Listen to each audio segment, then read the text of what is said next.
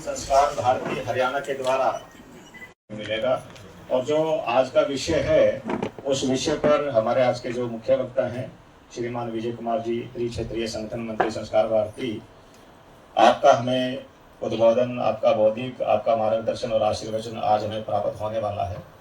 आज की इस उद्घाटन सत्र में उद्घाटन सत्र की औपचारिकताओं का निर्वहन करते हुए मैं मंचासीन सभी हमारे अतिथियों से आग्रह करूंगा कि माता सरस्वती के चरणों में नमन करते हुए दीप प्रज्वलित करके हम आज के कार्यक्रम की विधिवत शुरुआत करेंगे। और डॉक्टर भावना जी से आग्रह है कि वो अवसर सत्र बोलने के लिए आगे लगा के दो।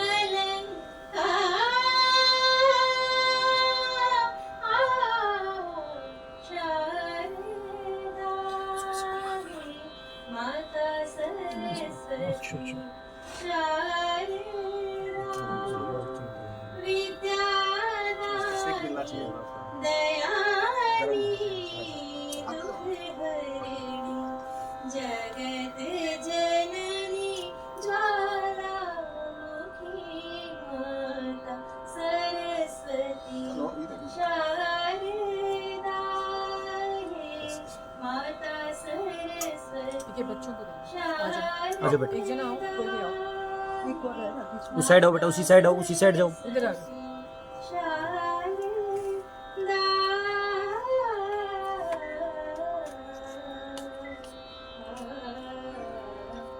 एक ग्रुप फोटो कर देते हैं थोड़ा सभी प्लीज साथ साथ। एक इस बच्चे की ओर कर दो। हाँ बेटा, भारत माता की जय।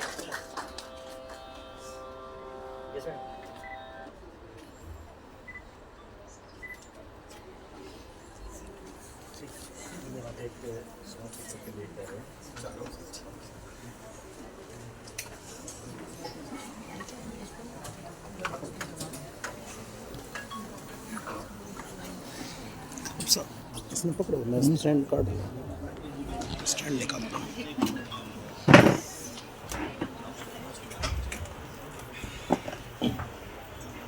सभी से आग्रह है कि अपने अपने स्थान पे खड़े हो जाएं। अभी समय है विश्वविद्यालय के कुलगीत का, और विश्वविद्यालय के कुलगीत के साथ साथ संस्कार भारती का ध्येय गीत रहेगा। इन दोनों समय में हम सभी अपने अपने स्थान पर खड़े रहेंगे।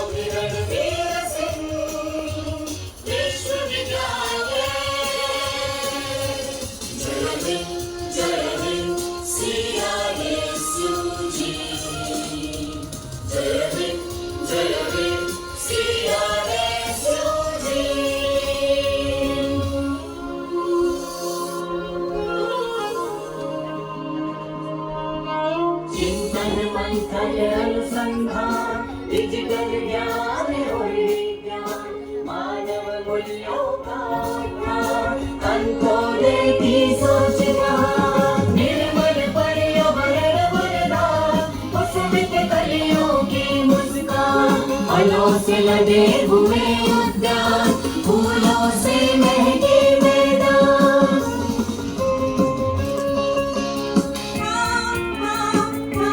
योग की शक्ति और अध्यात्म, धन्य विरासत पुण्य सनातन, स्वयं को समझे स्वयं को जाने, अपनी संस्कृति अति पुरातन, केंद्र बिंदु राष्ट्रभक्ति का, स्वतंत्रता की अभिव्यक्ति का, जय जवान जय जय किसान की, अंतहीन व्यापक शक्ति का, जय जवान जय जय किसान की, अंतहीन व्यापक शक्ति का। एक से बढ़कर एक नहीं, प्रतिभाओं का प्रतिभाग है, जो भी रणवीर सिंह विश्वविद्यालय, जो भी रणवीर सिंह विश्वविद्यालय, जय हिंद CRSU जी, जय हिंद CRSU जी।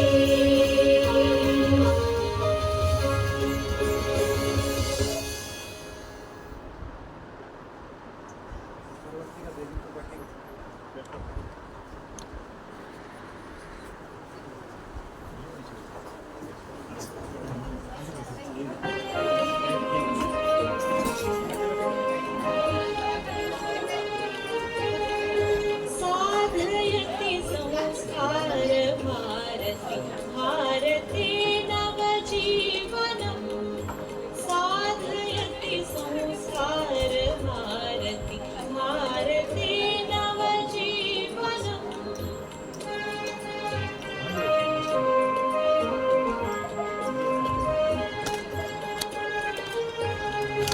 तृणमूलं प्रगतिशीला, प्रखर राष्ट्रविवर्धकम्,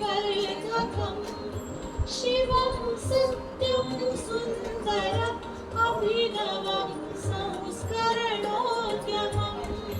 साधयति संस्कार भारती, भारते नवजीवनम्।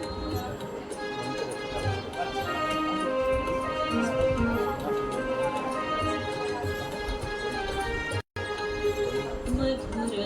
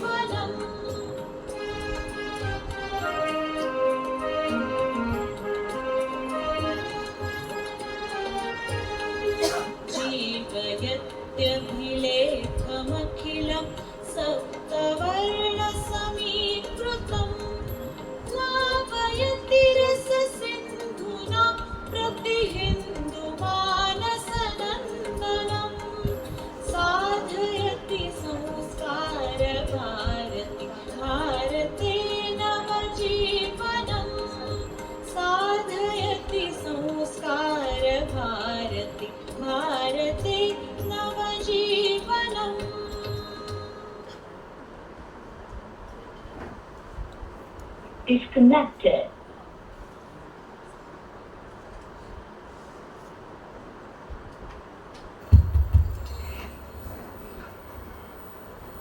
धन्यवाद। Social outreach cell CRSU Jind के विषय में मैं बताना चाहता हूं कि चौधरी रणवीर सिंह विश्वविद्यालय जींद न केवल औपचारिक शिक्षा प्रदान करने का ही कार्य करता है, बल्कि विश्वविद्यालय अपने सामाजिक दायित्वों का भी निर्वहन करता है। समाज में जाकर सामाजिक कार्य करना, सामाजिक विषयों पर कार्य करना, समाज की चिंता करना, ऐसा काम ये विश्वविद्यालय निरंतर करता आ रहा है।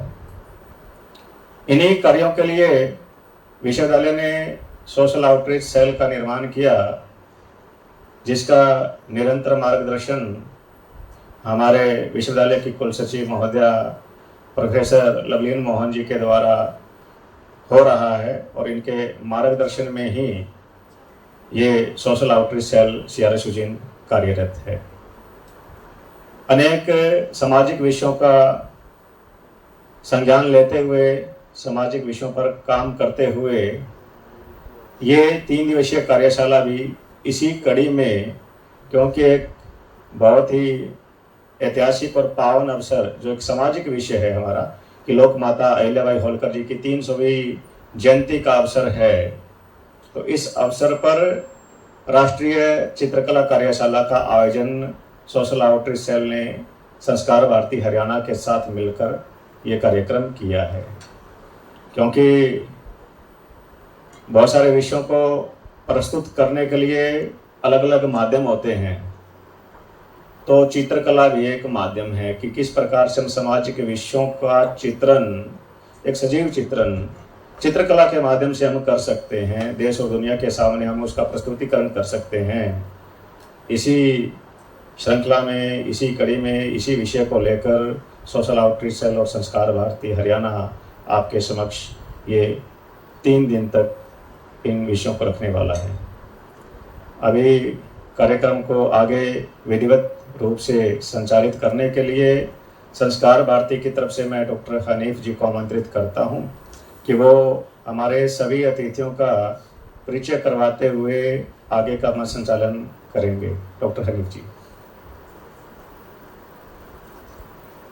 जी भाई साहब, बहुत बहुत शुक्रिया आपका।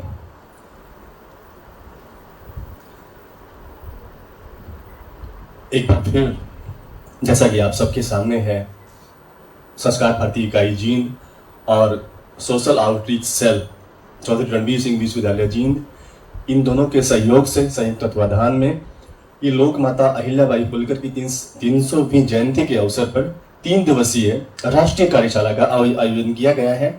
और ये कार्यशाला जैसा कि 3 दिन चलेगी, में 3 दिन तक जो भी कलाकार हमारे पास पहुंचे हैं, जो भी पूरे भारतवर्ष से हमारे बीच पहुंचे हैं, अपनी कला का प्रदर्शन करेंगे। और जो विद्यार्थी फाइन आर्ट के हैं या दूसरे जो विद्यार्थी हैं, वो भी उनके बीच में जाकर, कार्यशाला का अर्थ ही ये होता है, आप उनसे कुछ पूछ सकते हैं, सवाल पूछ सकते हैं, उनकी जो शैली है वो कैसे काम करते हैं।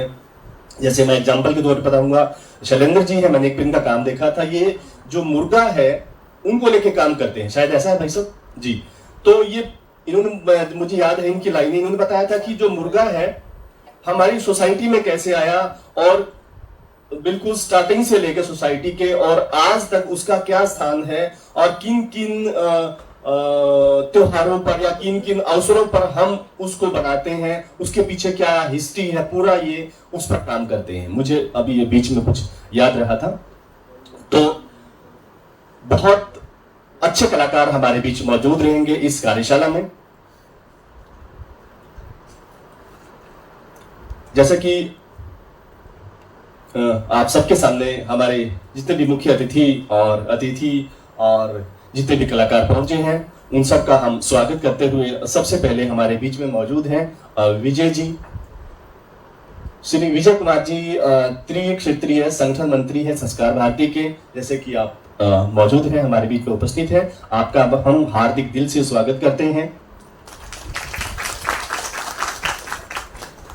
आप संघ के वरिष्ठ प्रचारक रहे हैं और पूर्व हरियाणा प्रांत प्रचारक भी रहे हैं और वर्तमान में आप संस्कार भारती त्रिक्षेत्रीय संगठन मंत्री के दायित्व पर वहन कर रहे हैं। उसके बाद है उदितेंदु वर्मा जी। श्री उदितेंदु वर्मा जी हमारे बीच मौजूद हैं। संस्कार भारती से कई वर्षों से आप जुड़े हैं और संस्कार भारती के विभिन्न दायित्वों का निर्वहन करते हुए वर्तमान में आप प्रांत साहित्य विभाग संयोजक के कार्य कर रहे हैं। उसके बाद नगेंद्र जी हमारे बीच मौजूद हैं। निदेशक हैं हरियाणा कला परिषद के और बहुत अच्छे कलाकार हैं, रंगमंच के कलाकार हैं, नृत्य के कलाकार हैं और अब आप निदेशक हैं हरियाणा कला परिषद के। आपका भी हम हार्दिक दिल से स्वागत करते हैं। उसके बाद हमारे बीच मौजूद है श्री ओम प्रकाश चौहान जी। आप बहुत बड़े साहित्यकार हैं और अभी भी कुछ दिन पहले आपको राज्य पुरस्कार से भी सम्मानित किया गया है और वर्तमान में आप संस्कार भारती इकाई के अध्यक्ष भी हैं। उसके बाद हमारे बीच मौजूद हैं मैडम मंजू मानव जी। आप भी बड़े साहित्यकार हैं, कवयित्री हैं और वर्तमान में आप विभाग संयोजक हैं संस्कार भारती इकाई की। डॉक्टर विजय जी हैं, आपके बीच मौजूद रहेंगे 3 दिन तक, director youth welfare.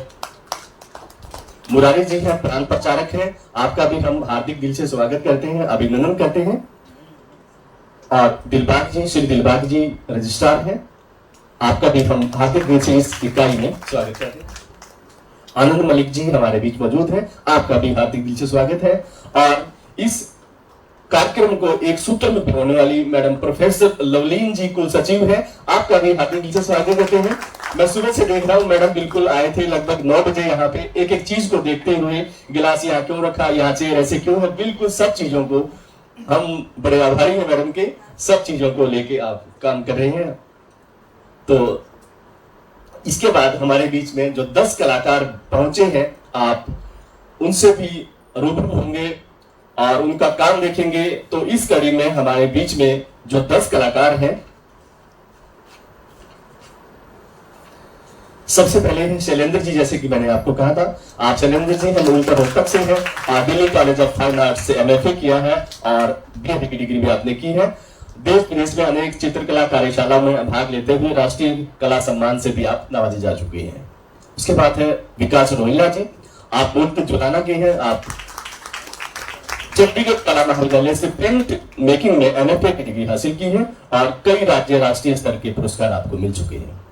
Anshuman Soni ji, आप मूलतः छतरपुर मध्य प्रदेश के हैं, आपने चंडीगढ़ कला महाविद्यालय से चित्रकला का अध्ययन किया है और वहीं से आपने MFA की डिग्री भी हासिल की है और कला के क्षेत्र में कई राज्य स्तरीय पुरस्कार आपको मिले हैं और वर्तमान में आप ग्वालियर महाविद्यालय में बतौर शिक्षक कार्यरत है। नवीन मरीची जी, नवीन मरीची आप मूलतः जींद के रहने वाले हैं और आपने भी चंडीगढ़ से MFA किया है और आपने चारकोट डिजाइन संस्थान के को-फाउंडर हैं। आपको ललित कला अकादमी चंडीगढ़ एवं अन्य कला संस्थाओं द्वारा अनेक राज्य राष्ट्रीय पुरस्कार मिल चुके हैं। श्री अजय कुमार जी, आप मूलतः जम्मू कश्मीर के हैं, जम्मू कला महाविद्यालय से आपने MFA की डिग्री हासिल की और वर्तमान में आप स्वतंत्र चित्रकार हैं, मूर्तिकार के रूप में कार्य कर रहे हैं और आपने अनेक कार्यशालाएं भी भाग लेते रहे हैं। शिवांगी अग्रवाल जी, आप मूलतः चंडीगढ़ की है, आपने चित्रकला के क्षेत्र में चंडीगढ़ कला महाविद्यालय से MFA की डिग्री हासिल की है और वर्तमान में आप शिक्षिका हैं और स्वतंत्र चित्रकारी करती रहती हैं। अनेक स्थानों पर निर्णायक एवं विशेषज्ञ के रूप में आपका आना जाना लगा रहता है। जय श्री मालोदी, आप पूरे महाराष्ट्र के रहने वाले हैं, आपने कला के क्षेत्र में MFA की शिक्षा महाराष्ट्र से प्राप्त की है और जल रंग में पोर्ट्रेट आपकी विशेषता है। जल रंग बहुत मैंने पहली बार सुना है, तो वो भी हम देखेंगे। कला के क्षेत्र में आपको पुरस्कार प्राप्त हुए हैं, वर्तमान में आप स्वतंत्र चित्रकार के रूप में कार्य कर रहे हैं। डॉक्टर राहुल राठौर, बहुत मेहनती लड़का है, बहुत ही मेहनती है, मैंने का काम देखा है। आप उत्तर कुरुक्षेत्र के हैं और कुरुक्षेत्र विश्वविद्यालय से कला विभाग से आपने BFA MFA और अभी फिलहाल PhD की डिग्री भी आपको प्राप्त की है और अनेक कार्यशालाओं में आपको आना जाना, वर्तमान में आप शिक्षक हैं। Shri Deepak Kaushik ji,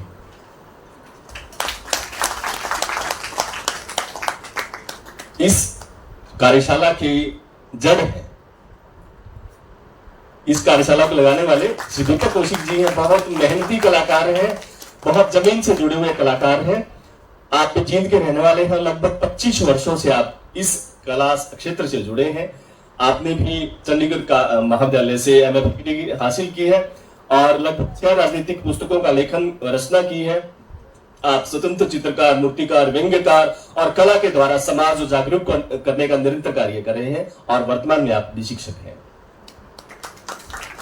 Sanya ji Chandigarh college of fine arts BFA किया है, मास्टर की डिग्री भी आपने महाराष्ट्र से प्राप्त की और अनेक पुरस्कार राज्य राष्ट्रीय स्तर के आपने प्राप्त किए हैं और आप भी स्वतंत्र चित्रकार हैं। आपका भी हार्दिक दिल से स्वागत है, अभिनंदन है।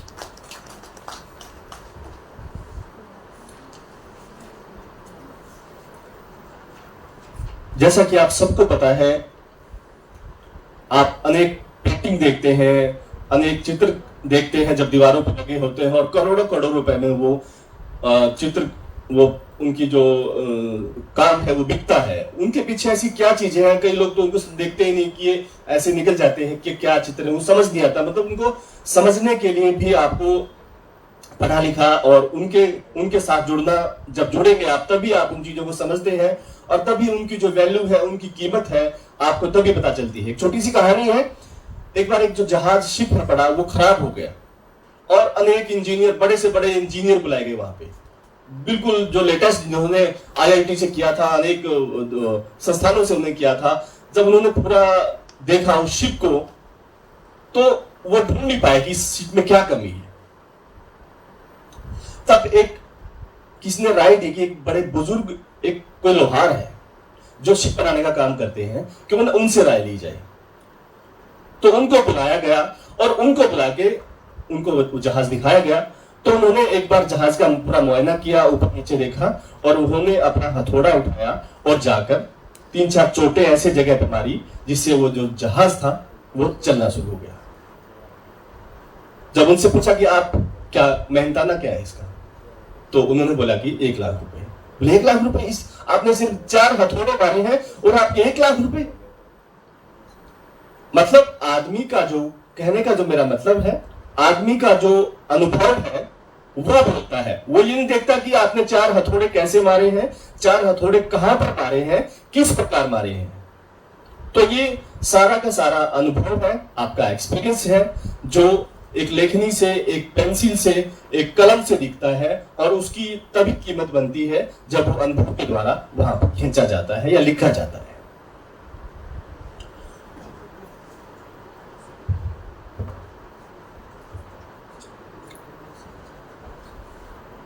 इसी सम्मान की कड़ी में और इस कार्यशाला के आगाज पर जो लोकमाता अहिल्याबाई है उनके बारे में मैं चाहूंगा श्री उदित जी से आप मंच पर आए और उनके बारे में, उनके जीवन के बारे में, उनके कार्य के बारे में प्रकाश डालेंगे, उनके बारे में आपसे अपने विचार साझा करेंगे। श्री उदित वर्मा जी।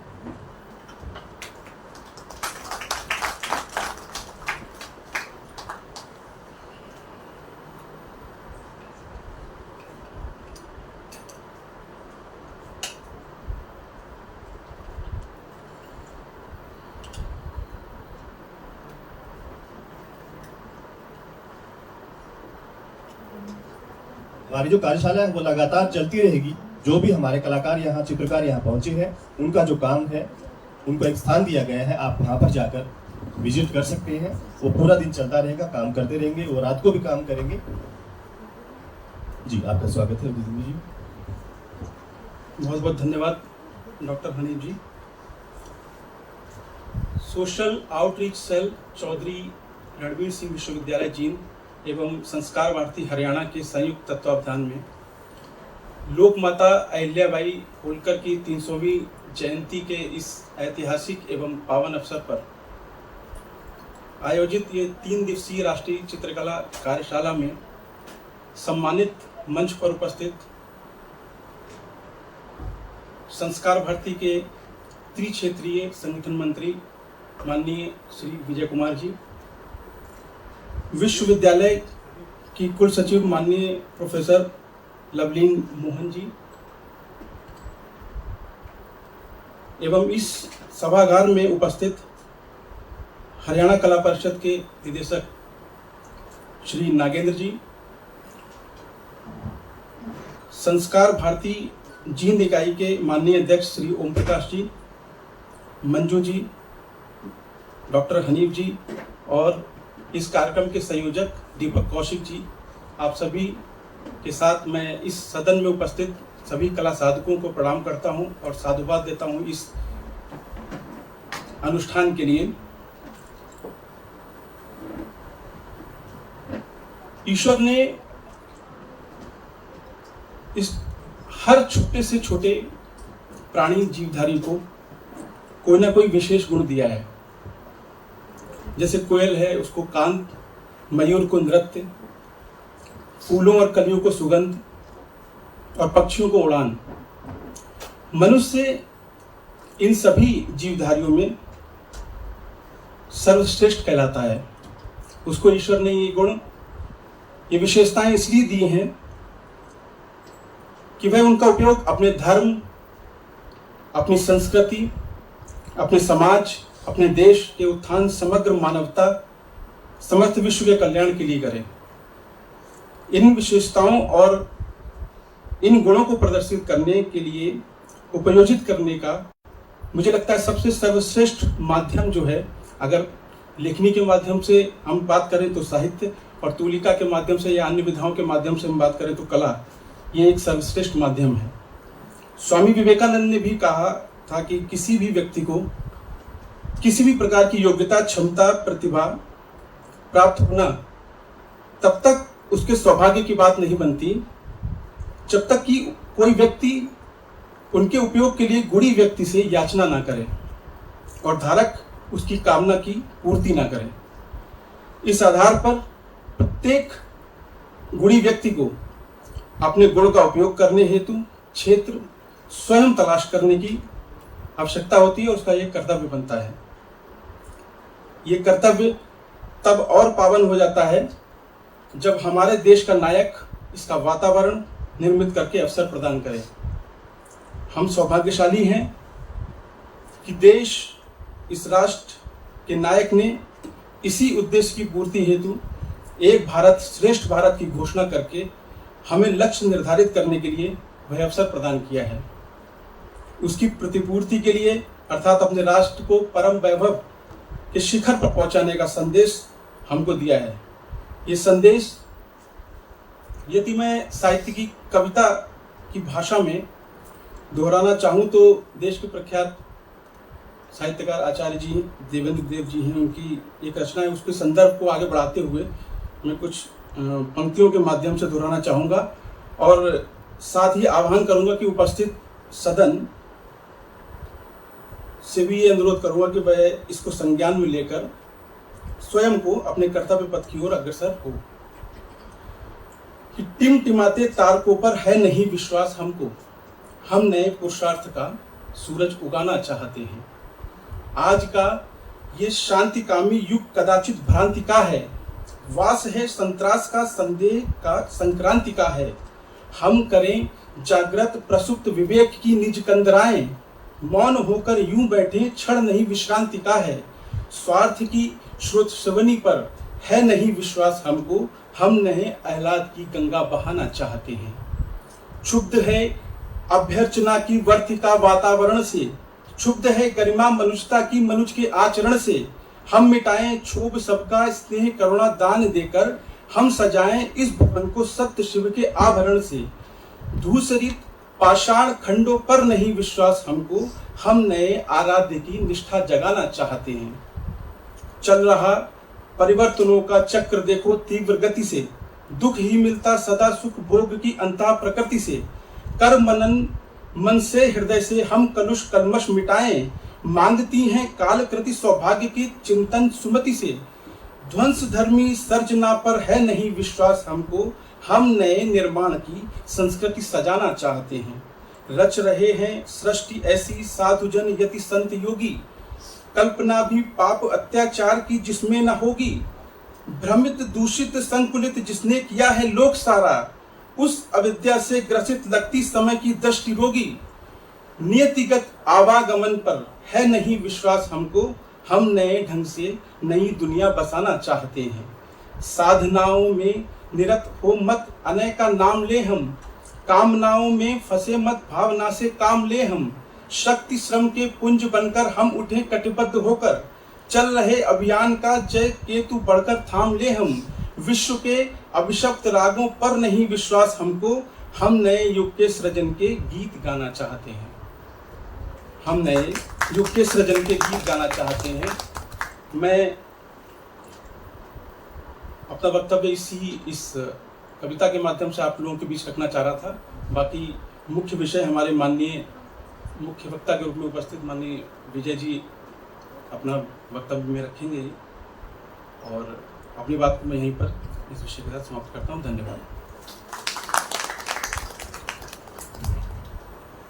बहुत शुक्रिया उदितेंदु जी, आपने लोक माता अहिल्याबाई होलकर जी के बारे में बताया और अपनी कविता के माध्यम से भी अपनी बातें रखी।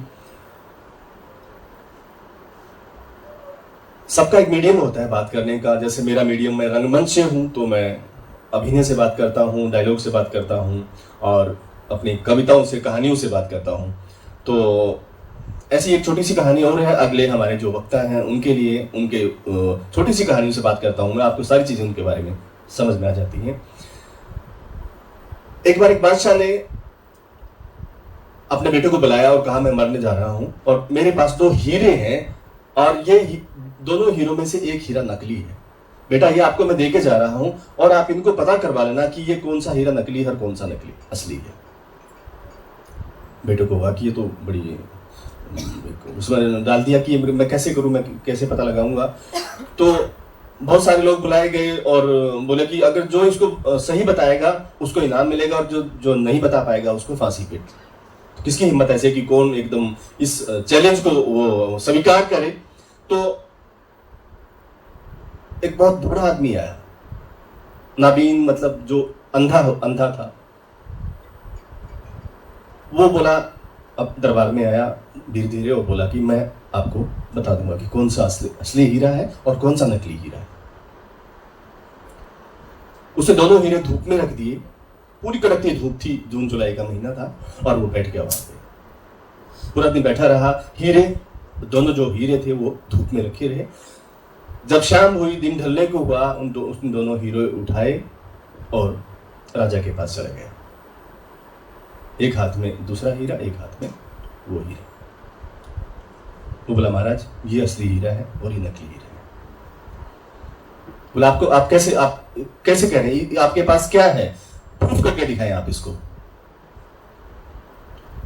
वो बोला कि ये देखिए, ये पूरा दिन धूप में रहा, ये ठंडा है बिल्कुल, ये असली हीरा है और ये जो गर्म हुआ पड़ा है ये कांच है।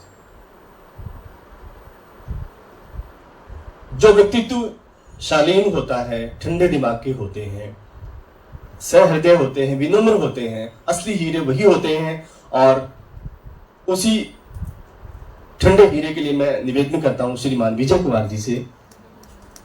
आप त्रिक्षेत्रीय संगठन मंत्री हैं, आप मंच पर आए। आपके हमने बहुत विचार सुने हैं, तो इसी कड़ी में आपका स्वागत है। और जैसा कि हमारा प्रयास भी रहेगा, जब तक ये कार्यशाला रहेगी ना, आप फोन का यूज नहीं करेंगे, क्योंकि इसी चीजों को बाहर निकालने के लिए हमें आपको एक अच्छा माहौल देंगे। और यहाँ भी आप अपने मोबाइल फोन है स्विच ऑफ कर लेंगे ताकि बीच में किसी प्रकार का विघ्न ना हो, क्योंकि मोबाइल फोन ने हमारे जीवन को बड़ा जीवन में कोलाहल कर दिया है, बिल्कुल बहुत चेंज कर दिया है हमारे माइंड में। तो हम कोशिश करेंगे कि हम ये लत जो है इसको यहाँ छोड़ के जाएंगे, कम करेंगे और इन कलाओं का सहारा लेंगे, क्योंकि जो संस्कार भारती है वो कलाओं के माध्यम से भारतीय संस्कारों को देने का काम करती है। गायन, वादन, नृत्य, चित्रकला के द्वारा जो भी भारतीय संस्कार है उसको बताती है, उसको सिखाती है, आप हमारी नई जनरेशन को बताती है। तो इसी कड़ी में स्वागत है श्रीमान विजय कुमार जी, आप मंच पर आए और अपने आशीर्वचन के लिए। अच्छा यहीं से, जी जी जी स्वागत जी। हनीफ जी के सुंदर संचालन के लिए उनका साधुवाद। 3 दिवसीय राष्ट्रीय चित्रकला कार्यशाला के इस उद्घाटन अवसर पर उपस्थित आदरणीय कुल सचिव जी, प्रांत संस्कार भारती का प्रतिनिधित्व कर रहे आदरणीय उदित तेंदु जी, श्री नागेंद्र जी हरियाणा कला परिषद से आए हुए हैं, मीरपुर से प्रोफेसर दिलबाग जी आए हुए हैं, अन्य भी कई सारे श्रेष्ठ महानुभाव यहाँ पर उपस्थित हैं। इन सबको प्रणाम करने के साथ साथ मैं उन सबको प्रणाम करता हूँ जो यहाँ पर सीखने और सिखाने के लिए आए हुए हैं।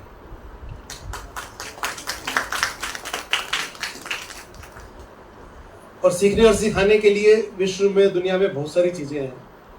हनीफ जी ने बताया हर एक की कला रहती है, तो हम सब यहाँ पर चित्रकला की बात करने के लिए आए हैं, चित्रकला सीखने के लिए आए हैं। किसी को कोई बात समझानी पड़ती है तो भाषण देना पड़ता है, बातचीत रखनी पड़ती है, कुछ ना कुछ कर दिखाना पड़ता है, लेकिन कई बार ये सारी बातें नहीं करनी पड़ती और केवल एक चित्र दिखा देने से बात पूरी हो जाती है। ऐसा चित्रकार का महत्व है। हालांकि चित्रकला जिनको आ जाती है, जो उसमें रम जाते हैं, जिनका हाथ अपने आप ही कलम को पकड़ते ही, कुची को पकड़ते ही स्वयं ही कोई रचना बना देता है, मैं उनकी बात नहीं कर रहा, मैं अपनी बात कर रहा हूँ। बचपन में हमको भी लगा कि चित्रकला सीखनी चाहिए, तो सबसे पहले स्कूल के बच्चों को चित्रकला में क्या अपने आप आता ही करता है। तो उसमें से एक बड़ा, आप सबने बचपन में सुना होगा, आनंद लीजिए। तो एक हम बोलते थे कि मास्टर जी ने दिए 10 सवाल, तो 10 लिख देते थे, फिर वो एक के डंडे के नीचे 6 बना देते थे कि उसमें से हमको आते थे 6, हमने किए 6 सवाल, फिर उसी को कंटिन्यूशन में करते थे, उसमें से आए 3 ठीक, फिर उस 3 वाले सिरे को ऊपर वाले 1 से मिलाते थे। मास्टर जी ने उठाया बंदा डंडा और बन गया पूरा बंदा। तो 10, 6, 3 को छोड़कर बंदा बनाने वाली कैटेगरी वाले हम लोग हैं। लेकिन यहां पर चित्रकला को जीवन में अपना ध्येय बनाकर उसको सिखाने के परंपरा वाले लोग हैं।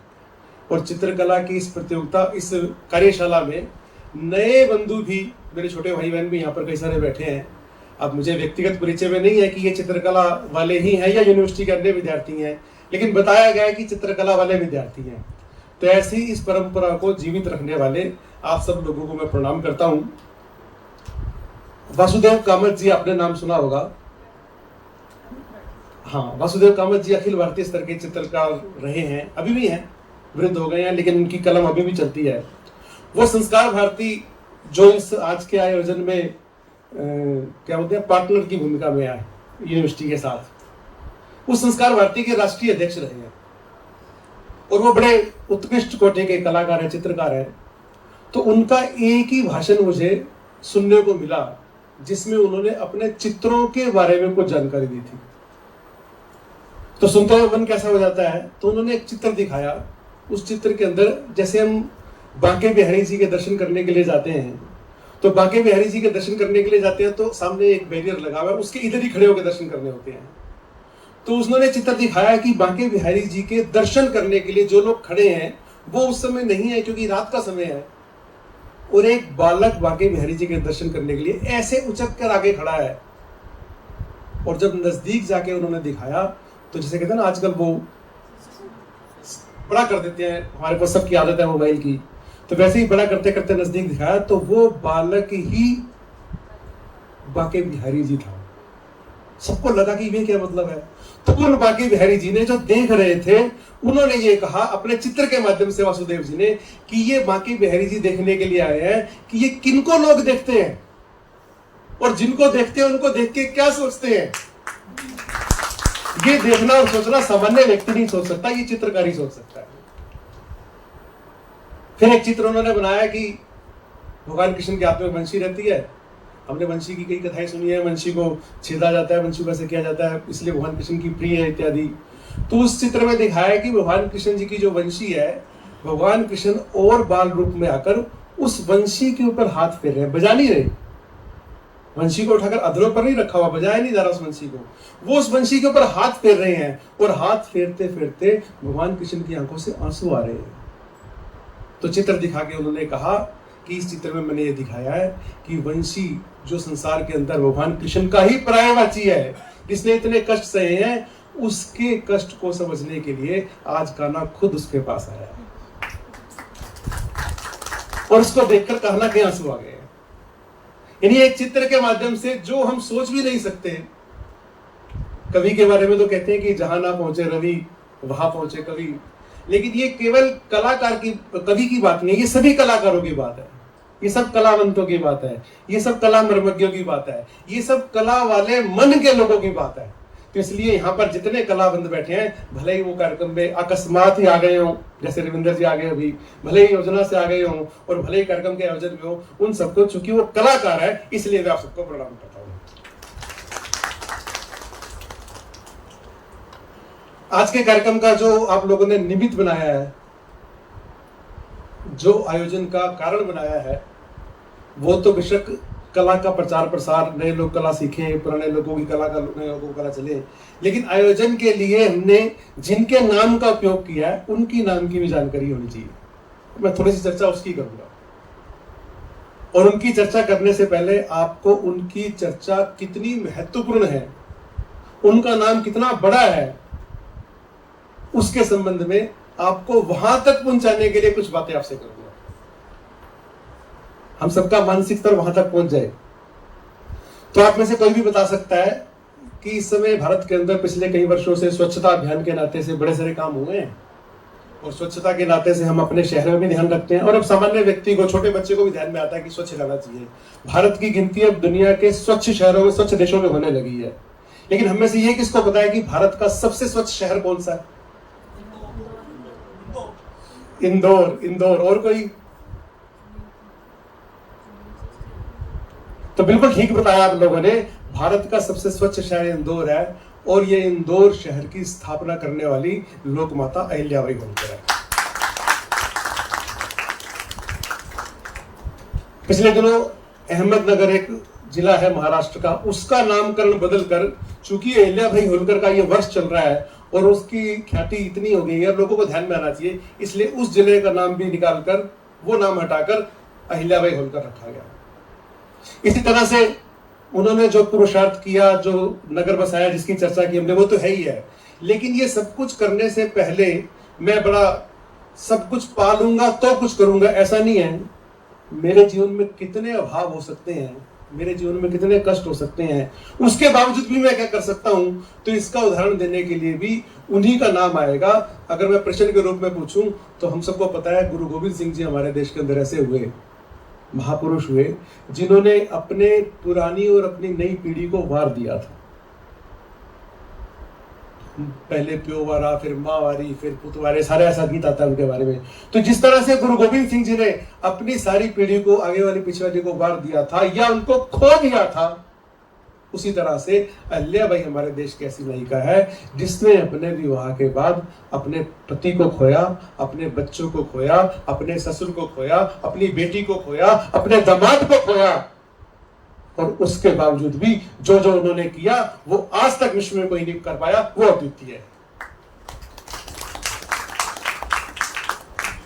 तो ऐसी लोक माता के बारे में जानकारी हमको अभी तक नहीं है, जबकि हम सब विश्वविद्यालय में बैठे हैं और विश्वविद्यालय में पढ़ने पढ़ाने वाले लोग हैं। ये हमारे देश का दुर्भाग्य रहा है। हमारे देश के महापुरुषों के बारे में, हमारे देश को बनाने वाले लोगों के बारे में, हमारे देश के गढ़ने वाले लोगों के बारे में हमको जानकारी नहीं है। हाँ, हमारे देश को लूटने वाले लोगों के बारे में हमारे को जानकारी दी गई है। अकबर का बेटा था बाबर, बाबर का बेटा था पोता था अकबर, ये गीत कविताएं भी बनाती है कवियों ने, और इन सबके जीवन के बारे में हमको अपने इतिहास में पढ़ना भी पड़ा है। और आज तक भी कुछ उन्हीं के गुणगान करने वाले लोग, उसकी कब्र भी बची रहनी चाहिए, इसके लिए भी प्रयत्नरत है। जबकि जब कोई कला से संबंधित चीज निकल कर आती है, जब कोई कश्मीर फाइल्स आती है, जब कोई केरल स्टोरी आती है, या जब कोई छावा जैसी फिल्म आती है, तो हमको पता चलता है कि हमारे देश के नायक कैसे कैसे हैं। छावा हम में से किसने किसने देख ली है? 10-15 लोग हैं। छावा सब देखिएगा। छावा मैं इसलिए देखने के लिए कह रहा हूं कि लोक माता अहिल्याबाई की कथा मैं वहां से शुरू करना चाहता हूं। 1677 के अंदर शिवाजी ने हिंदवी स्वराज्य की स्थापना की थी, और हम सबको जानकारी है कि उस समय के सारे मुगल आक्रांताओं को अपनी कूटनीति से, अपनी बल बुद्धि से, अपने विक्रम से, अपने शौर्य से, अपनी चतुराई से उन्होंने परास्त करके हिंदवी साम्राज्य की स्थापना की थी। और उनके हिंदवी साम्राज्य के अंदर उस समय के मुगल शासक भी और उस समय के अंग्रेज शासक भी हाथ जोड़ने के लिए आया करते थे, टैक्स देने के लिए आया करते थे। लेकिन 6 वर्षों के पश्चात उनका देहांत हो गया 1680 के अंदर। उनके देहांत के बाद की हमको कोई जानकारी नहीं थी। शिवाजी की जानकारी भी बहुत कम रहती थी, लेकिन तो भी कुछ ना कुछ पाठ्य पुस्तकों में। लेकिन उन्हीं के पुत्र संभाजी ने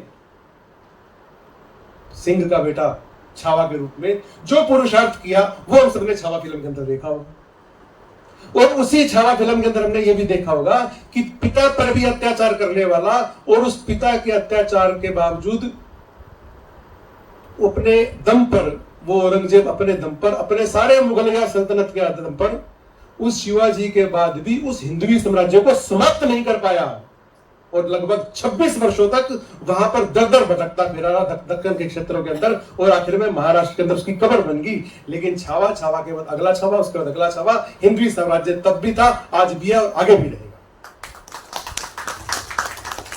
तो उसे हिंदवी साम्राज्य की जो स्थापना की थी महाराष्ट्र के लोगों ने मिलकर, मराठों ने मिलकर, वो एक ही व्यक्ति शिवाजी जैसा संभालने वाला था। तो एक के बाद बाकी जगह संभालने के लिए उस तरह के लोग नहीं थे, इसलिए उसको 5-6 हिस्सों में बांटा गया। पेशवा अलग कर दिए गए, सिंधिया, क्षत्र सिंधिया को दे दिया गया, गायकवाड़ बड़ौदा के पास चला गया। इसी तरह से होलकर परिवार को इंदौर का हिस्सा मिला। तो सिंधिया, गायकवाड़, होलकर, भोसले, इन सबके यानी कि शिवाजी के साम्राज्य के, जो उन्होंने मुगलों से जीता था, जो हमारा अपना था, लेकिन मुगलों की इतनी लाखों की सेना को हराकर जीता था, उनकी आंख में आंख डाल करके, उनको धत्ता बताकर, उनको नीचा दिखाकर, उनको धूल चटाकर जीता था, उसको एक व्यक्ति संभालने वाले थे, उसको 6 लोग संभाले, इसलिए 6 हिस्सों में बांटा गया। उसी 6 में से एक था इंदौर का होलकर परिवार। और एक ठेठ ग्रामीण क्षेत्र के अंदर, अब मैंने ग्रामीण क्षेत्र शब्द इसलिए प्रयोग किया, ये यूनिवर्सिटी भी ग्रामीण क्षेत्र के अंदर है। जींद को शहर नहीं माना जाता, जींद को गांव ही माना जाता है। वैसे तो हमारा देश पूरा गांवों का है। तो केवल शहरों के अंदर नहीं, गांव के अंदर, सामान्य घर के अंदर पैदा हुई एक बच्ची, ढोर डांगर पशुओं की सेवा करने वाली वो बच्ची, वो संयोग से, ईश्वर की कृपा से उस होलकर परिवार की बहू बनकर पहुंच जाती है। उस होलकर परिवार के महाराजा ने तय किया कि ये बच्ची बड़ी, उनको 8 वर्ष की आयु में उस बच्ची को उन्होंने देख लिया था कि ये बड़ी सुशील सुगढ़ बच्ची है, शंकर जी का बड़ा अच्छा सुंदर भजन गा रही है। तो उन्होंने ढूंढ ढांढ के उनके पिता से बात की और उनको अपने घर में लेकर आए, क्योंकि उनका अपना बेटा उनकी नजर में जैसा श्रेष्ठ होना चाहिए था वैसा नहीं था, बल्कि कहीं ना कहीं से थोड़ा सा कम बुद्धि वाला भी था। तो एक अच्छी बहू आकर इसको संभाल लेगी, इस दृष्टि से सोचकर विवाह किया था। और विवाह करके आने के बाद उस बेटी को, जो कि एक सामान्य, में दोबारा प्रयोग करता हूं शब्द, गांव की रहने वाली और पशुओं को चराकर अपने परिवार का यापन करने आने वाली, यानी इस प्रकार के परिवार से निकली हुई बच्ची, पढ़ाई नहीं की थी, लेकिन विवाह के बाद अपने ससुर के सहयोग से, होलकर महाराज जी के सहयोग से, उस पूरे वंश के सहयोग से न केवल पढ़ाई करना सीखा, बल्कि घुड़सवारी करना सीखा, तीर चलाना सीखा, तलवार चलाना सीखा। और ये सब कुछ सीखने के बाद राज्य चलाना सीखा, शासन का संचालन चलाना सीखा, कर वसूलना सीखा, लोगों के हित के काम करने सीखे। और ये सब काम करते करते एक अच्छी रानी ही नहीं और एक महारानी बनकर स्थापित हुई। ये हमारे देश की मिट्टी की भी विशेषता है। तो उस परिवार के अंदर इतने सारे कष्ट आए, आज मैं उन कष्टों का वर्णन नहीं करूंगा, समय आज केवल होलकर का नहीं है, इसलिए वो हम सब कभी उनके जीवनी में, यूट्यूब में, किसी और जगह पर गूगल से सर्च करके पढ़ सकते हैं। लेकिन उनके जीवन के 2-3-4 नाम और काम जिनके कारण से उनको याद किया जा सकता है, याद किया जाना चाहिए। और वर्तमान में यहाँ पर कुछ बहनें बैठी हैं, उन बहनों को विशेषकर जरूर याद करना चाहिए, क्योंकि मैं फिर संदर्भ जोड़ता हूँ महारानी अहिल्याबाई के ऊपर। जैसे अभी हम कला की एक विचार गोष्ठी कर रहे हैं, इसके बाद हमारी कार्यशाला चलेगी। इसी तरह से कुछ लोगों ने नाटक लिखे, कुछ लोगों ने पुस्तकें लिखी, कुछ लोगों ने कविताएं लिखी। तो एक नाटक महाराष्ट्र के हमारे कार्यकर्ताओं ने लिखा। उस नाटक का पहला दृश्य क्या है? उस नाटक का पहला दृश्य ये है कि एक 22-23 वर्ष की युवती, जीन्स पहने हुए, टॉप पहने हुए, हाथ में बढ़िया एप्पल का मोबाइल लिए हुए, परेशान सी हालत के अंदर नर्मदा के किनारे पर आती है। और आने के बाद इधर उधर देखती है कि 5-7 लोग अभी बैठे हैं यहाँ पर, उनके जाने का इंतजार करती है। लगभग सब चले जाते हैं तो सबसे आंख बचाकर जो 2-3 फोन सुनने हैं, फोन भी सुनती है और उस फोन को वही फेंकती है और अपने शरीर को नर्मदा जी को समर्पित करने के लिए आगे बढ़ती है। लेकिन उन सब लोगों में से जो चले गए थे, ऐसा उसने मान लिया था, एक पंडित जी रह गए थे। बोले तुरंत क्या करती हो? जैसे ही उन्होंने कहा क्या करती हो तो सहम गई, थोड़ा पीछे हो गई। कुछ नहीं, तुम जाओ। नहीं, तुम ये आत्महत्या करने के लिए आई हो। उसको लगता है कि मैं जो करने के लिए आई हूँ इनको पता है, अभी मेरे को ऐसा कुछ नहीं करना चाहिए, थोड़ी देर बाद मैं सोचूंगी क्या करना है। ऐसा करके वो 2 कदम पीछे गई। नहीं, मैं आत्महत्या करने के लिए नहीं आई हूँ। नहीं, तुम आत्महत्या करने के लिए आई हो। उसी संवाद में से उस लड़की की आंखों से आंसू आने शुरू हो जाते हैं। हाँ, मैं आत्महत्या करने के लिए। क्यों आत्महत्या करने के लिए आई हूँ? तूने क्या इस जीवन के अंदर, कौन हमें समझता है, हम हैं क्या? ना माता पिता हमारी चिंता करते हैं, ना हमें पढ़ने देते हैं, ना हमें खेलने देते हैं, ना हमें कुछ करने नहीं। ऐसा क्या हो गया? क्या तुम्हारे माँ बाप ने तुमको पढ़ाया नहीं है? क्या तुम कॉलेज में नहीं पढ़ती? हाँ, पढ़ती तो कॉलेज में ही हो। कौन सी कक्षा में पढ़ती हो? तो मास्टर डिग्री कर रही है। अच्छा, क्या तुम्हारे माता पिता तुमको खाना पीना नहीं देते? नहीं, खाना पीना तो देते हैं, इतने अच्छे तुमको वस्त्र दे रखे हैं। और क्या तुम्हारे माता पिता ने तुम्हें बाकी सुविधाओं का ध्यान नहीं रखा? ये जो फोन तुम ले रखी हो ये भी 1 लाख रुपए का है। तुमने कहा हाँ, ये भी 1 लाख रुपए का है। फिर तुम कहते हो तुम्हें कुछ नहीं मिला? नहीं, ये सब कुछ तो माता पिता देते हैं, लेकिन हमारे स्वतंत्रता नहीं देते, हमें टोका टाकी करते हैं, हम जो करना चाहती हैं वो नहीं करने देते। तुमने कहा ऐसा क्या है जो तुम करना चाहती हो तुम्हारे माता पिता नहीं करने देते? तो इस बात का कोई जवाब नहीं था उसके पास। बातचीत में आधा पौना घंटा बीत गया। थोड़ा एकदम से जो दिमाग में था आत्महत्या करने का भाव वो थोड़ा कम हुआ। तो फिर उसी पंडा ने याद कराया, अच्छा वैसे तुम आत्महत्या करने के लिए आई थी ना? तूने कहा नहीं, बस मैं अभी। तूने कहा नहीं, मैं तुम्हारा प्रोग्राम कैंसिल नहीं करा रहा, तुम आत्महत्या कर लेना, लेकिन आज मत करो, कल कर लेना। तूने कहा क्यों, कल क्या है? तूने कहा आज यहाँ पर हमारे इंदौर की महारानी लोकमाता अहिल्या है, उनके जीवन पर एक कार्यक्रम होने वाला है, वो कार्यक्रम देख लो और कल तुम आत्महत्या कर लेना। तो किसी ना किसी कारण से दिन भी चढ़ने लगा था, थोड़ा भोर में लोग भी आने शुरू हो गए थे, तो उस बच्ची के भी मन के अंदर आया कि आज आत्महत्या का प्रोग्राम कैंसिल, पोस्टपोन, आज लोकमाता अहिल्या को ही देखा जाए। तो जो लोकमाता अहिल्या का कार्यक्रम उन्होंने देखा, लोकमाता अहिल्या के बारे में उन्होंने सुना कि मैं एक लड़की होकर मेरे को इतना कुछ मेरे परिवार से मिला है तो भी और क्या मिल सकता है, ये सोचकर परेशान हूं। और वो महिला है जिसके अपने जीवन में जो कुछ था वो सब कुछ चला गया था। वो सब कुछ जाने के बाद भी उसने विश्व को सहारा दिया।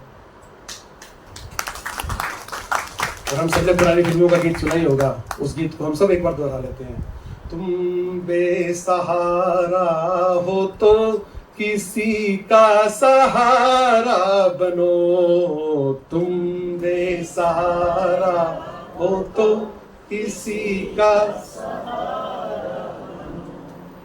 तुमको अपने आप ही सहारा मिल जाएगा, तुमको अपने आप ही सहारा मिल जाएगा, तुम बेसहारा हो तो किसी का सहारा बनो। उस बच्ची के मन के अंदर आया कि लोक माता ने ये सब कुछ कैसे किया था और क्या क्या किया था। उस पूरे घटनाक्रम में जो आया, मैं अगले 10 मिनट में खत्म करता हूं अपनी बात को वहां तक जाकर। तो लोक माता अहिल्या बाई ने अपने उस परिवार में आने के बाद उस परिवार में जो जो सीखा उसका उपयोग करते हुए जो जो छूट गया उसकी चिंता किए बिना अपने शासन को चलाया। और सब लोगों के आंखों में किरकिरी बन रही थी वो, क्योंकि ये एक महिला राज कर रही है, ये महिला राज कर रही है। ये भारत का विचार तो प्राचीन समय से है, भारत में हमेशा महिलाएं पुरुष के बराबर ही रही हैं। हमारे यहाँ भगवान की भी पूजा करते हैं तो केवल कृष्ण की नहीं करते, राधा कृष्ण की करते हैं, शिव की नहीं करते, पार्वती शिव की करते हैं। हमारे यहाँ सबको समान है। लेकिन इन्हीं मुगलों के शासन के अंदर या बाकी समय के जो हमारे देश के अंदर गुलामी की प्रथा रही, उस समय महिलाओं की कुछ चीजों का अवमूल्यन हुआ, जिस कारण से उनको लगा कि भी हमको ऊपर अत्याचार हो रहा है। वास्तव में तो हमारे देश की कभी ऐसी स्थिति नहीं थी और आज भी नहीं है। आज भी जितनी स्वतंत्रता, जितना आनंद और जितना सम्मान भारत के अंदर महिलाओं का है, दुनिया के अंदर किसी देश के अंदर नहीं है।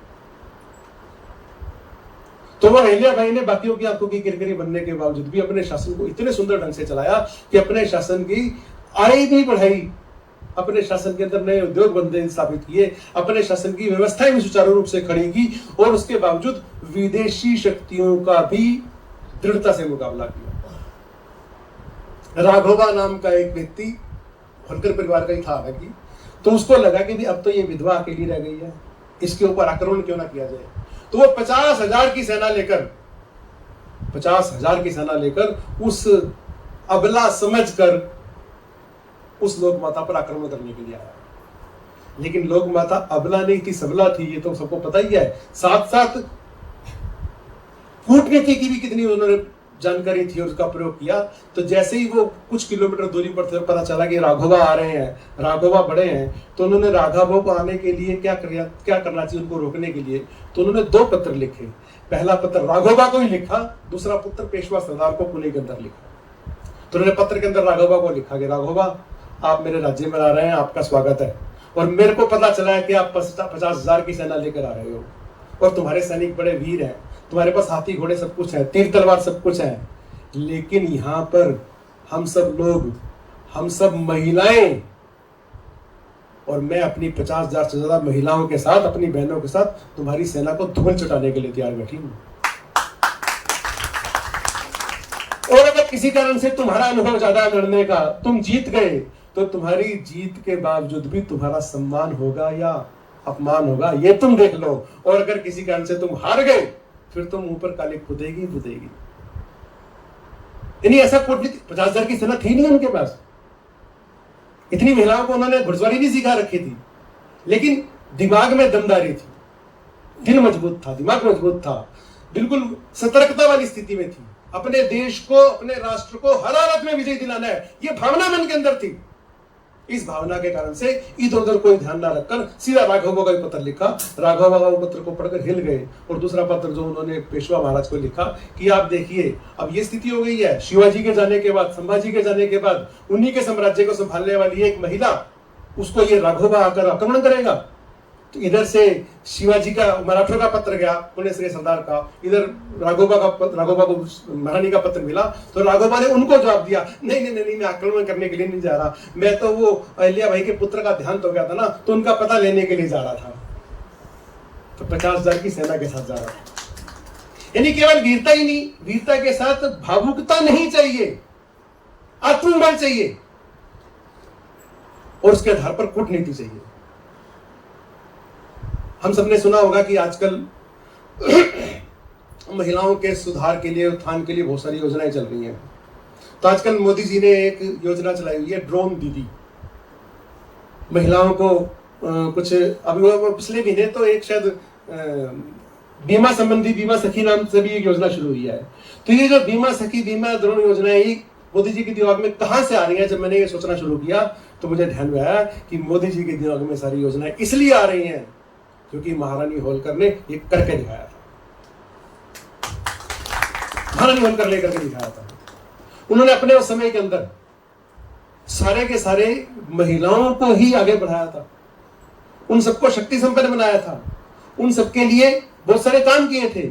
और काम करने के लिए केवल हवाई फायर नहीं किए थे, वास्तव में उन्होंने इंदौर, जिसका हमने नाम लिया, उस इंदौर को अपनी राजधानी बनाया, उस इंदौर को बड़ा शहर बनाया, राजधानी नहीं बनाया, बड़ा शहर बनाया।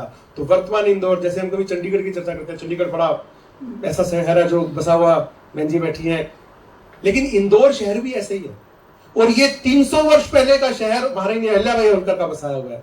कहाँ गलियां रहेंगी, कहाँ मंदिर रहेंगे, कहाँ विद्यालय रहेंगे, कहाँ उसके अंदर शिक्षण संस्थान रहेंगे, कहाँ उसके अंदर तंग गलियां रहेंगी, कहाँ उसके अंदर बाजार रहेंगे, कहाँ उसके अंदर आबादी बढ़ने पर योजना रहेगी। ये सब चीजें उसके अंदर शामिल है।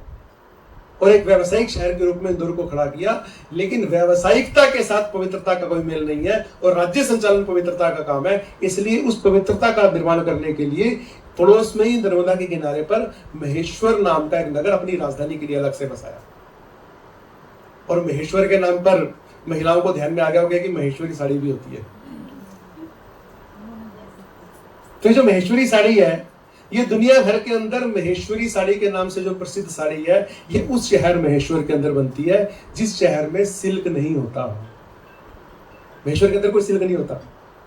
तो महारानी अहिल्याबाई ने अपने इंदौर और अपने महेश्वर को संपन्न बनाने के लिए यहाँ नया जो धंधा शुरू होना चाहिए। तो जो धंधा शुरू होने के लिए क्या करना चाहिए? तो महिलाओं की बात की, तो महिलाओं को साड़ी मिले, तो इसके लिए उनकी वेशभूषा भी एक सभ्य समाज की दृष्टि से रहे, और उसमें एक विलासिता का, एक हमारे देवी देवताओं के कैसे वस्त्र रहते हैं उस तरह का वस्त्र महिलाएं पहने, ऐसा सोचकर साड़ी, और साड़ी भी सिल्क की अच्छी। और उस साड़ी को बनाने के लिए कारीगर वो पूरे देश से एक्सपोर्ट करके बुलाए, वहां रंगने के लिए रंगरेज वो पूरे देश से बुलाए, वहां एक्सपोर्ट करने के लिए व्यापारी वो पूरे देश से बुलाए।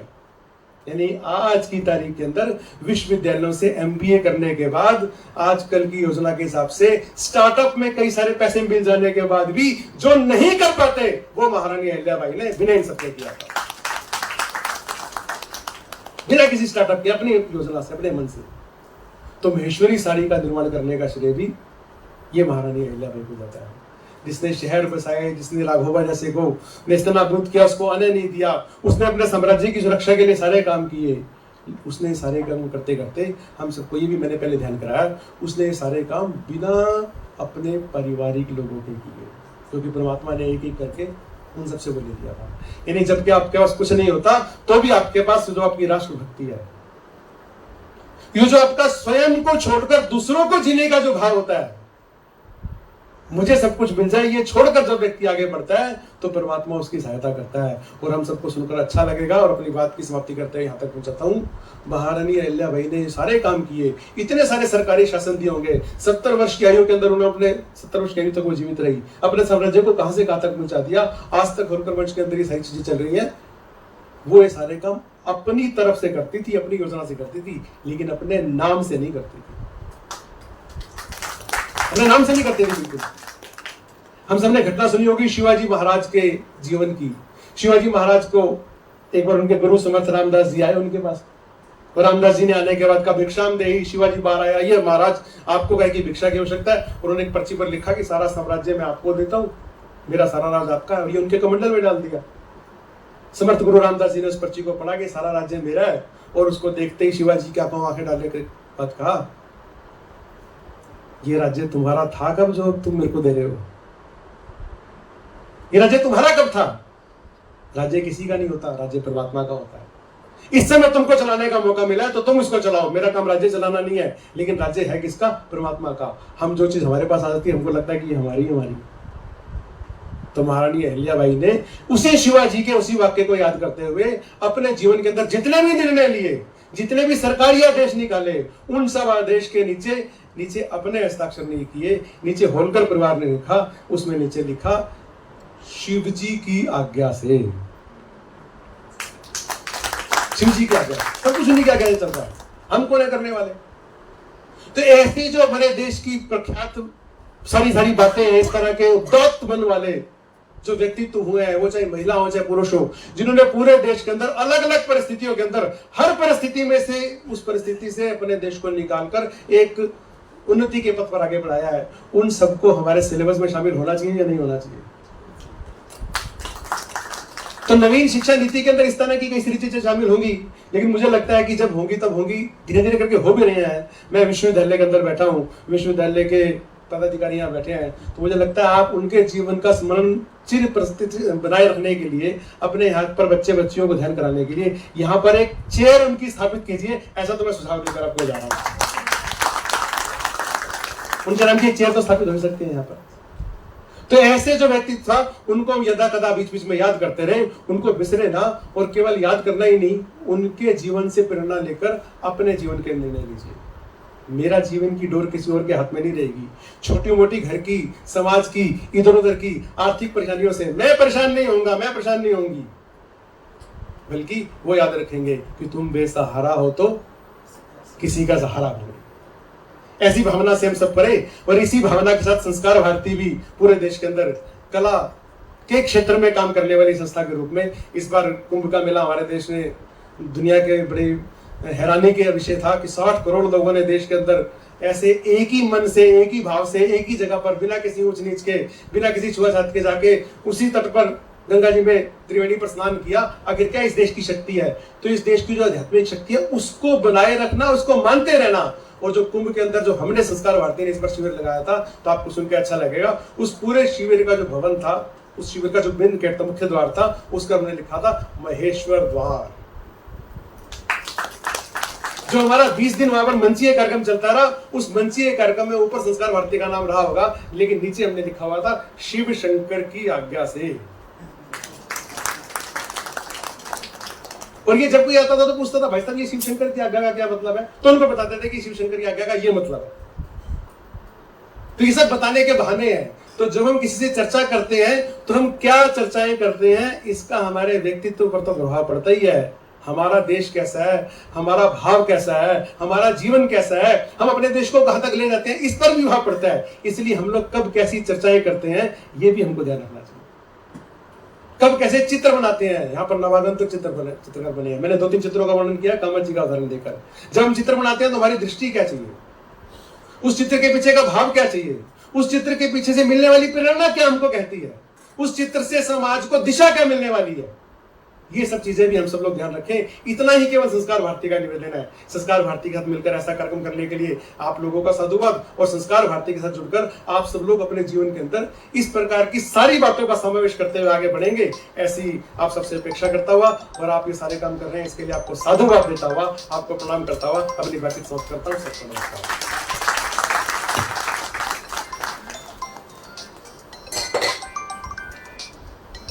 बहुत बहुत शुक्रिया भाई साहब, आपने बहुत विस्तार से लोक माता अहिल्याबाई के बारे में बताया, जो कि हमारे लिए प्रेरणा। ये लत है आपके मोबाइल की, आप इसको भी छोड़ेंगे। मैं ये निवेदन करता हूँ इन कलाकारों के साथ रहकर, आप जैसे भाई साहब ने बताया था कि आप जो मोबाइल है 1-1 लाख रुपए का, 50 का, 20,000 रुपए का, सबके पास मोबाइल होता है, लेकिन आप एक बार इसको परे रख के, साइड में रख के, और पेन कलम उठाइए, पेंसिल उठाइए और इन कलाकारों के साथ सीखिए, आप इनसे बात कीजिए, अपनी पेंटिंग इनके साथ में बनाइए। तो ये इनकी जो कार्यशाला की जो लगाने का जो एक आयोजन किया गया है वो तभी सार्थक होगा। तो इसी कड़ी में मैं निवेदन करता हूँ मैडम प्रोफेसर लवलीन मोहन जी से, कुल सचिव हैं चौधरी रणबीर सिंह विश्वविद्यालय से, आपका स्वागत है। आपके प्रांगण में हम ये कार्यशाला आयोजित कर रहे हैं। आपका आशीर्वाद, आपका प्रेम स्नेह हमें मिलता रहेगा। आपका स्वागत है, प्लीज। स्वागत आपका है श्रीमान। आई एम दी होस्टेस, मैं होस्ट हूँ, तो स्वागत आपका है, और स्वागत है आप सभी का जो आज यहाँ पे उपस्थित हैं। आपको शब्दों में बताना हमारे लिए कठिन है। आज हमारे लिए इस सभागार में आप सब की उपस्थिति क्या अर्थ रखती है। हम बहुत ही आभारी हैं और अपने आप को स्पेशली प्रिविलेज्ड मानते हैं, जिसे कहते हैं ना स्पेशली फॉर्चुनेट मानते हैं कि आज हमारे विश्वविद्यालय में हम लोक माता अहिल्याबाई होलकर जी की 300th जो जयंती है उसको मना रहे हैं। आप बच्चे थोड़े से जो पीछे बैठे हैं, तालियां बजाने में थोड़ी सी कमजोरी दिखा रहे हैं, थोड़ी कंजूसी भी कर रहे हैं, तो अच्छी बात तो है नहीं। अभी तो पहला ही दिन है और अभी भोजन वगैरह भी तैयार हो रहा है, तो तालियों की तो जरूरत हमें रहेगी, आपसे अपेक्षा रहेगी। तो क्या मैं मिल सकती हूँ आपके सामने?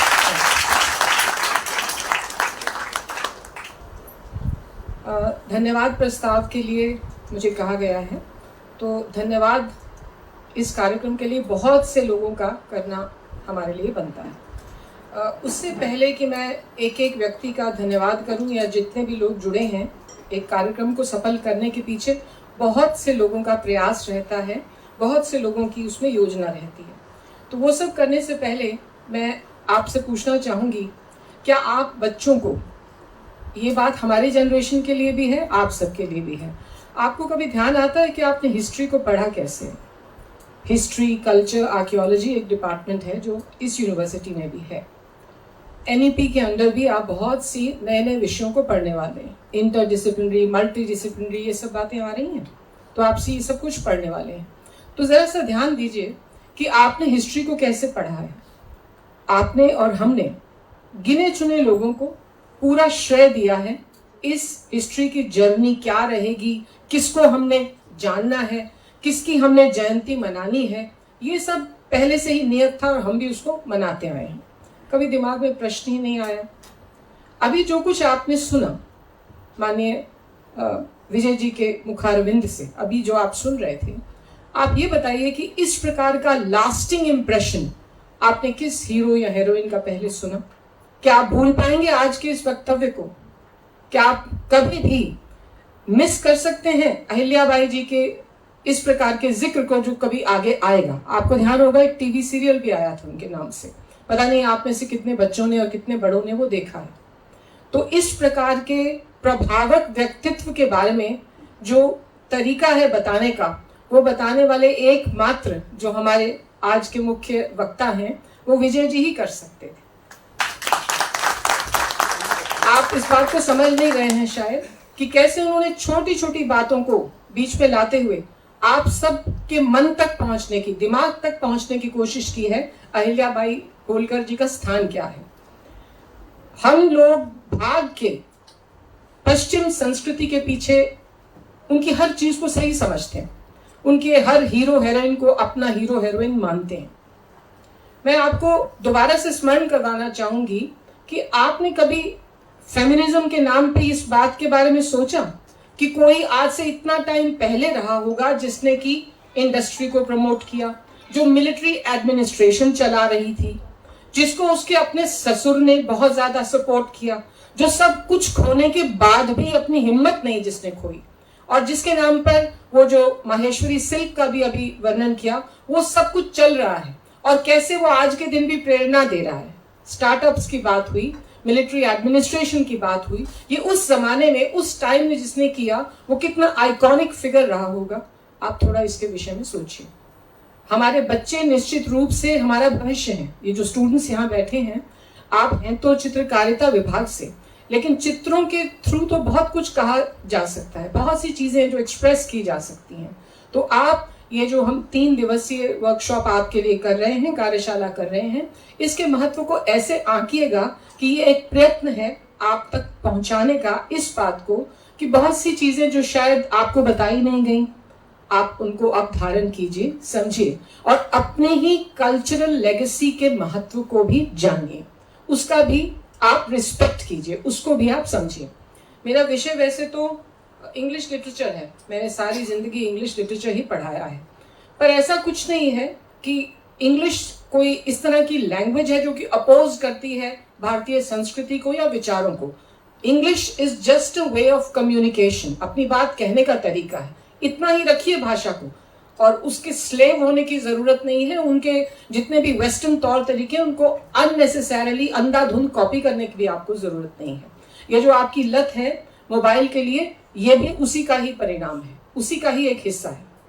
तो सबसे पहले तो मैं बताना चाहूंगी कि हम अपने आप को कितना ज्यादा सौभाग्यशाली मानते हैं कि आज हमें माननीय श्री विजय कुमार जी का समय मिला, जो त्रिक्षेत्रीय संगठन मंत्री हैं संस्कार भारती के। जैसे वो बोलते हैं वो इतना प्रभावक है, बहुत कुछ उनके विषय में कह सकते हैं। मुझे तो ये ध्यान आता है कि सबको साथ लेके चलने वाले, बहुत ही मीठे और सहज तरीके से बात करने वाले और अपने इतने सुलभ तरीके से सबको इम्प्रेस करने वाले व्यक्ति विजय जी, ऐसा लगता है, आपको भी लगता है।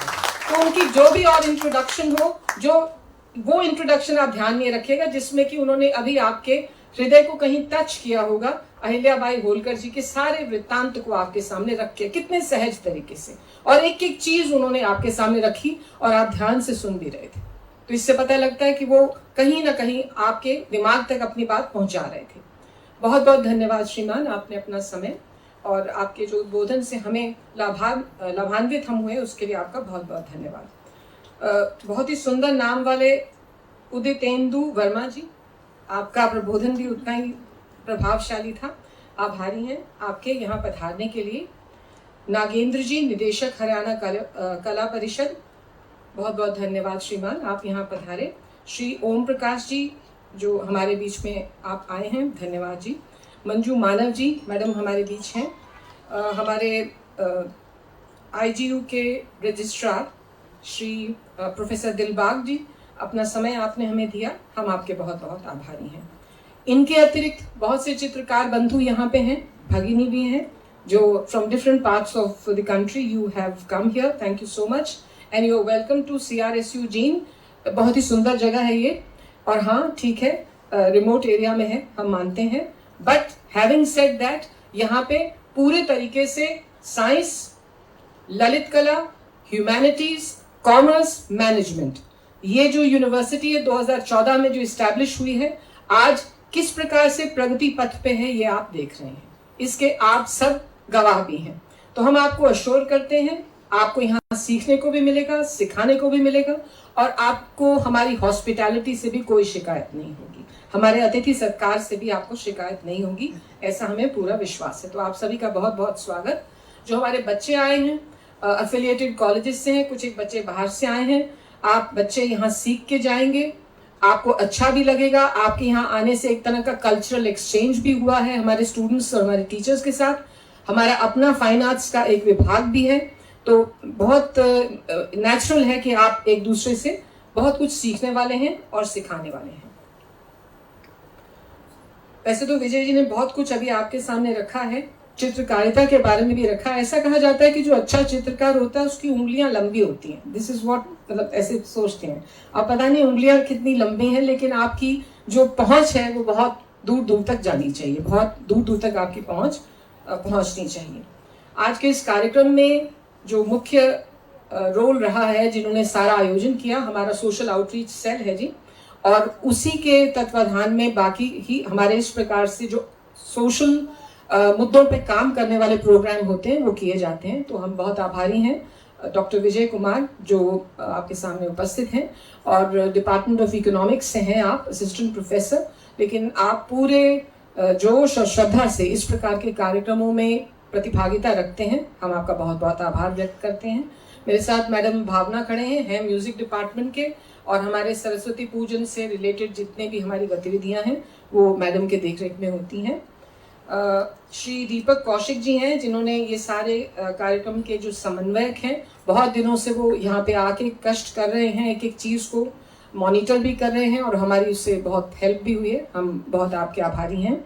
ये जो गेस्ट हाउस है, मैंने आपको बताया, ये अभी कुछ टाइम पहले ही इसका इनॉग्रेशन हुआ है, तो इसको चलाने में पूरी व्यवस्था को देखने वाले हमारे श्री के.वी. जुनेजा जो इस यूनिवर्सिटी के जनरल एंड परचेस विभाग से हैं, उनका पूरा सहयोग भी रहा है, बहुत मेहनत भी की है, भागदौड़ भी की है। तो बहुत बहुत धन्यवाद और आभार। जितने भी सफाई कर्मचारी हैं जो साफ सफाई रखते हैं, जो हमारे बिजली का काम देखते हैं, जो डिजिटल प्लेटफॉर्म देख रहे हैं, जितने भी लोग जुड़े हुए हैं इस आयोजन में, जिनका भी सहयोग रहा है, उन सब का हम आभार व्यक्त करते हैं, धन्यवाद करते हैं। मेरे स्पेशल एक मैसेज है जो हमारे vice chancellor professor Somnath Sachdeva ji की तरफ से है, क्योंकि वो पर्सनली यहाँ नहीं है, तो उन्होंने आप सभी बच्चों को, आप सभी कलाकारों को अपनी शुभकामनाएं भेजी हैं। आपका ये 3 दिवसीय जो कार्यशाला है ये सफल हो, और आप जिस मंतव्य से यहाँ आए हैं वो पूरा हो। मैं पुनः आपका जींद में स्वागत करती हूँ। चौधरी रणवीर सिंह यूनिवर्सिटी में आपका बहुत बहुत स्वागत है, और हम ये चाहेंगे कि आप बहुत कुछ यहाँ से सीख के जाएं और गुड मेमोरीज के साथ जाएं, हैप्पी मेमोरीज के साथ। और मैं कैसे भूल सकती हूँ अपने मीडिया के बंधुओं को, भगिनियों को जो यहाँ आए हैं और हर बार हमें अच्छी कवरेज देते हैं। आई एम श्योर इस बार भी आप बहुत बढ़िया सी कवरेज आप हमें देने वाले हैं। और भी जो भी हमारे अतिथिगण यहाँ पधारे हैं, किसी कारण अगर मैं नाम नहीं ले पाई हूँ तो क्षमा प्रार्थी हूँ। आपका भी बहुत बहुत स्वागत है। आप सब लोग आए, अपना बहुमूल्य समय हमें दिया, हम आपके आभारी हैं। मैं हृदय से बहुत बहुत आभार और धन्यवाद व्यक्त करना चाहूँगी श्री विजय कुमार जी का, जिनका सानिध्य हमें प्राप्त हुआ। आप सभी का बहुत बहुत धन्यवाद।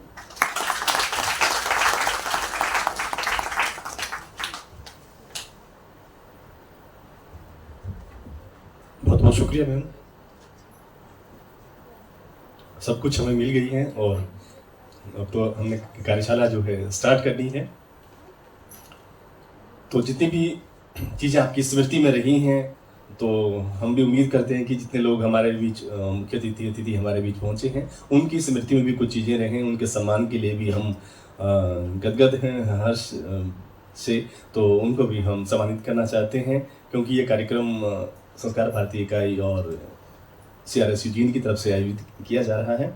तो मैं निवेदन करता हूँ संस्कार भारती इकाई की ओर से प्रोफेसर लवलीन मोहन जी को, जो कुल सचिव हैं, हम उनको संस्कार भारती इकाई की ओर से एक स्मृति चिन्ह देकर एक यादगार हम देना चाहते हैं। मैं निवेदन करता हूँ श्री ओम प्रकाश चौहान जी से, मैडम मंजू मानव जी से। आप प्रांत विभाग हैं अभी संस्कार भारती में, आप आ जाएंगे। ओम प्रकाश चौहान जी से निवेदन। डॉक्टर विजय जी हैं डायरेक्टर यूथ वेलफेयर, आपसे निवेदन। कृपया मैडम को हम।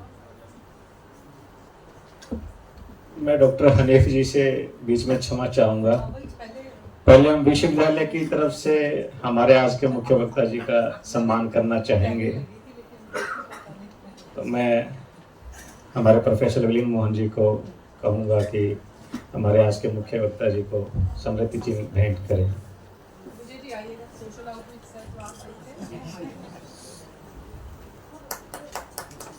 ये बहुत सुंदर बोल रहे हैं, जोरदार तालियां।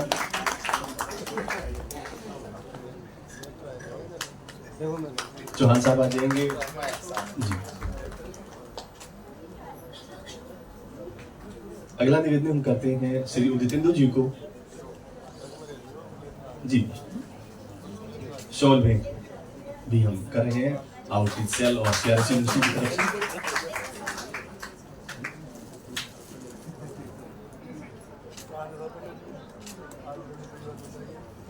इसी स्मृति चिन्ह की कड़ी में हम निवेदन करते हैं उदितेंदु वर्मा जी को। उनको भी हम यूनिवर्सिटी की तरफ से सोशल आउटरीच सेल की तरफ से सम्मानित कर रहे हैं पौधे के साथ में और एक शॉल के साथ में सम्मानित कर रहे हैं श्रीमान विजय कुमार जी, कुल सचिव महोदया जी, डॉक्टर विजय जी, आप डायरेक्टर यूथ वेलफेयर हैं और आपकी निर्देशन में आपकी जो टीमें हैं नाटक की, डांस की, बहुत अच्छे स्तर तक जाती हैं, राष्ट्रीय स्तर तक जाती हैं। आप बड़े मेहनती हैं। स्वागत करते हुए उदितेंदु जी का डॉक्टर विजय जी, जोरदार तालियां।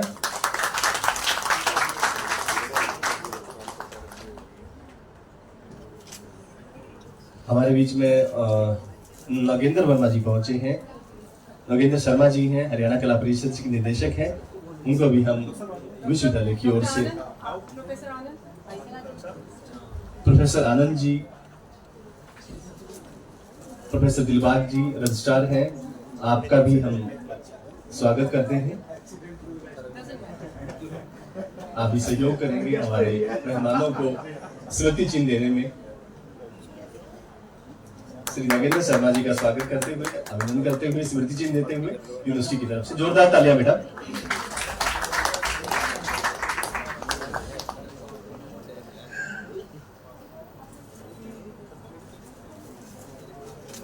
शॉल देकर सम्मानित करते हुए, स्मृति देते हुए आप मैं निवेदन करता हूँ संस्कार भारती इकाई की ओर से भी हम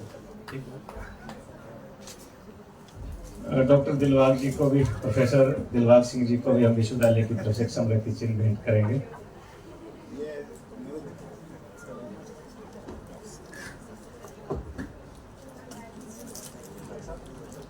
जी विजय जी से निवेदन कुल सचिव महोदया जी, प्रोफेसर दिलबाग जी को जो रजिस्ट्रार हैं इंदिरा गांधी यूनिवर्सिटी मीरपुर रेवाड़ी में, आपको स्मृति चिन्ह देकर सम्मानित कर रहे हैं।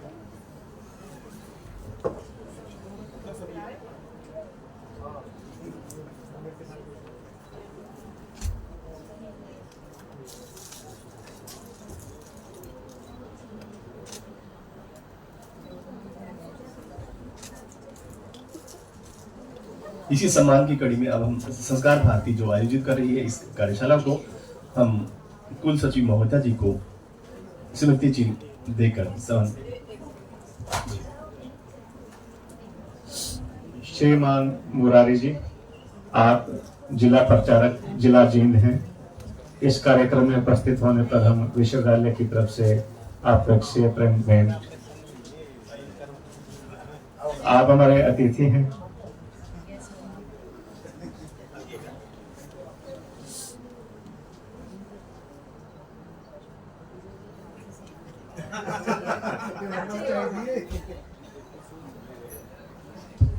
आप प्रांत प्रचारक हैं, जिला प्रचारक हैं। आपको बधाई।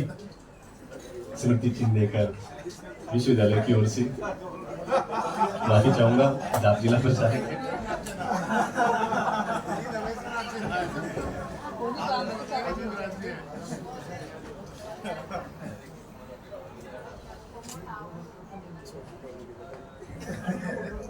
इसी कड़ी में संस्कार भारती इकाई की ओर से कुल सचिव महोदया जी को श्री ओम प्रकाश चौहान जी और मैडम मंजू मानव जी आप आए मंच पर और मैडम को स्मृति चिन्ह और शॉल देकर सम्मानित करेंगे।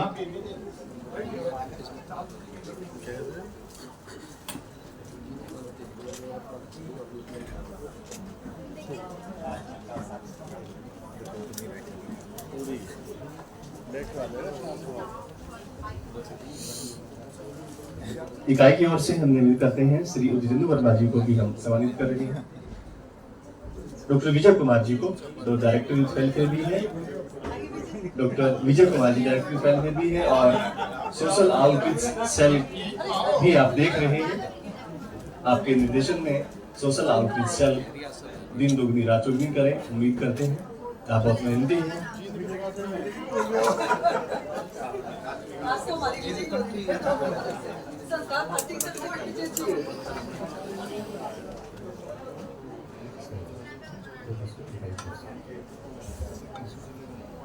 मैं मुख्य वक्ता श्रीमान विजय कुमार जी से आग्रह करूंगा कि एक भेंट, सप्रेम भेंट हम हमारे विश्वविद्यालय के जुनेजा जी को करना चाहते हैं आपके हाथों से। ये मैं कहूँ तो एक कहावत है कि 100 नाल एक लड़ावा था गोविंद सिंह नाम को आवा। वन मैन आर्मी के तौर पर इनको कोई भी कार्यक्रम की जिम्मेवारी हम सौंपते हैं तो उसका किस तरीके से ये निर्वहन करते हैं आपके सामने है ही।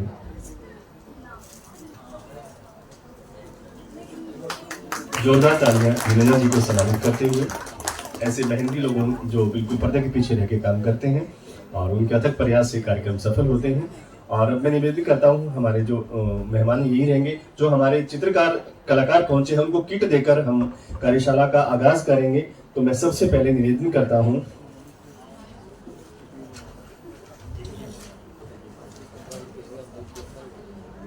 श्रीमान शैलेंद्र जी, आप आएंगे।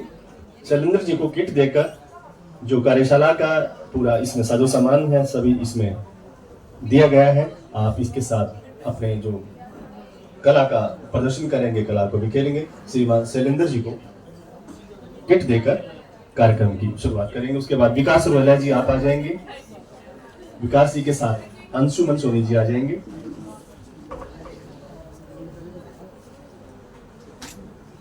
तालियां बेटा शैलेंद्र जी के लिए। आप इनका काम देखेंगे तो आप बिल्कुल हैरान रह जाएंगे।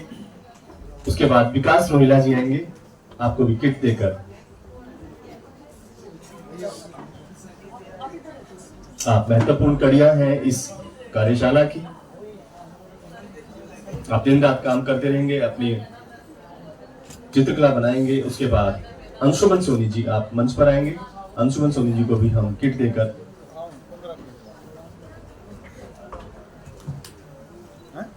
उनके बाद नवीन मरीची जी।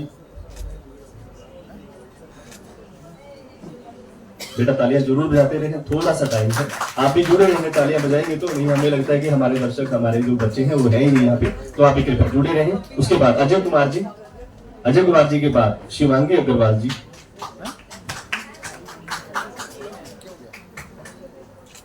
आप अजय कुमार हैं। उसके बाद शिवांगी अग्रवाल जी आप मंच पर आ जाएंगे। शिवांगी जी के बाद जयश्री मालोदे आप मंच पर आ जाएंगे। जयश्री मालोदे जी। आप शिवांगी अग्रवाल जी हैं, आप चंडीगढ़ से हमारे बीच पहुंचे हैं। जयश्री जी। उसके बाद डॉक्टर राहुल राठौर।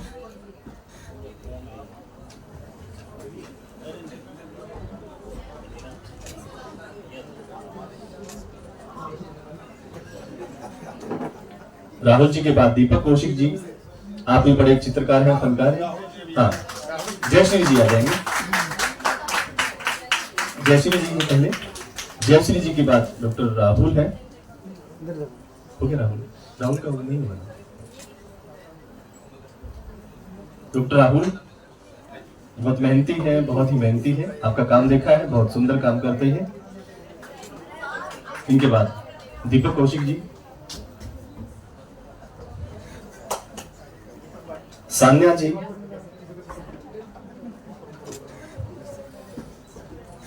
इनके बाद सान्या जी हैं।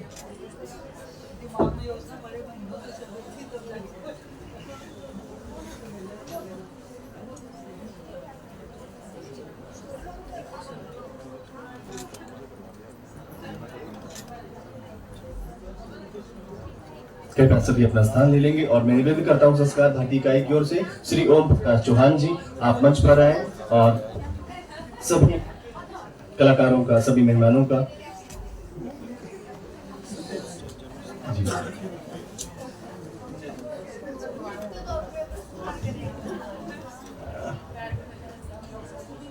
श्रीमान विजय जी का एक चित्र, उनका स्केच तैयार करवाया है हमारे कुल सचिव महोदय ने।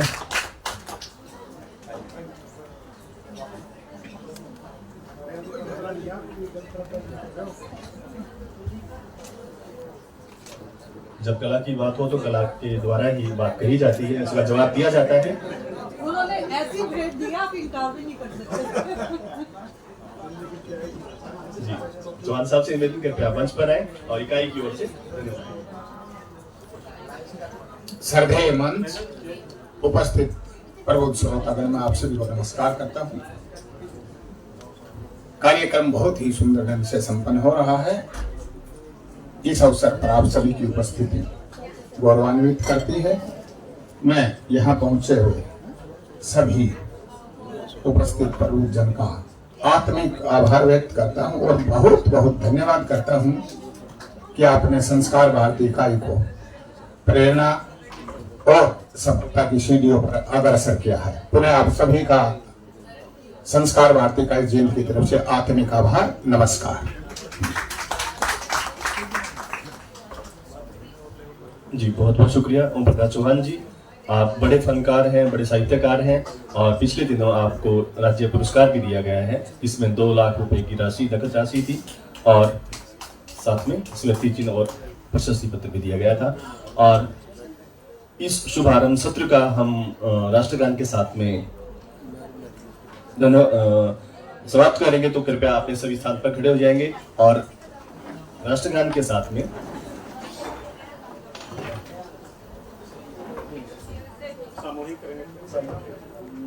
जन गण मन अधिनायक जय हे भारत भाग्य विधाता।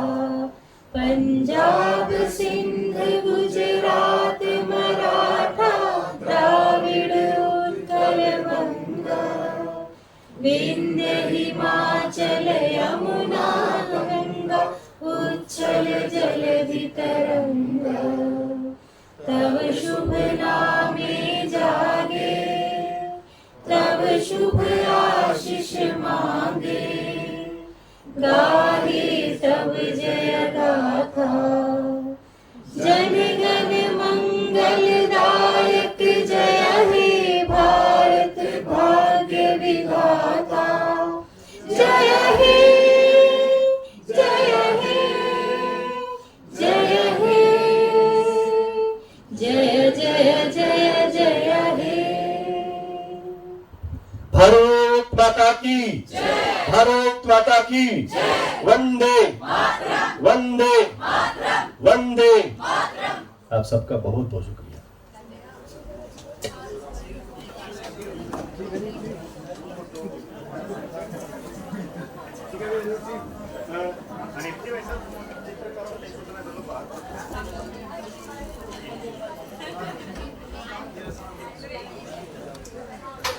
जो भी चित्रकार